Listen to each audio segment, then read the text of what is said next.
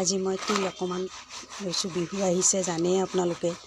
গতিকে সেয়ে তিলখিনি মই কিছুমানে ভালকৈ নবহে, ভালদৰে হেৰি নকৰে, ক'লা পৰি থাকে। চাওক মই এই ডলাখনতে তিলখিনি ধুনীয়াকৈ বৰ ধুনীয়াকৈ ঘঁহি ঘঁহি একদম বগা কৰি পেলাইছোঁ। এতিয়া ধুলেতো আৰু ধুনীয়া বগা হ'ব।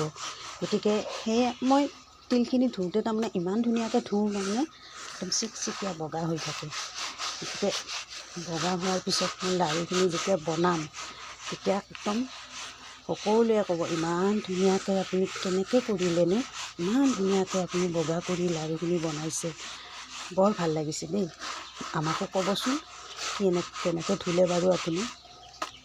তেতিয়া আকৌ মই কি কওঁ, হ'ব দিয়ক আহিবচোন, মই যেতিয়া তিল ধুম তেতিয়া আহিবচোন। তেওঁলোকে আকৌ হাঁহি মাৰি কি ক'ব যে আপুনি আকৌ মনে মনে ধুলে, মনে মনে হেৰি চাফা কৰিলে, আমাকতো জনাব লাগিছিল না, আমিও চালোঁ হয়, তেতিয়া আমিও অলপ শিকিলোঁ হয়। হয় পিছে কথাটো বেয়া কোৱা নাই তেওঁলোকে। এতিয়া মই সকলোকেতো আৰু মাতিব নোৱাৰোঁ।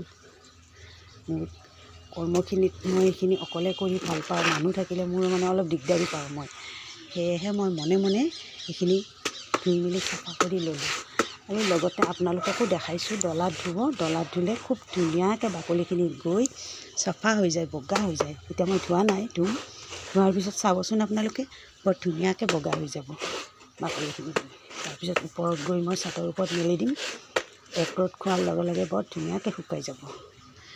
আজিলৈ ইয়ালৈ এৰিলোঁ, ধন্যবাদ।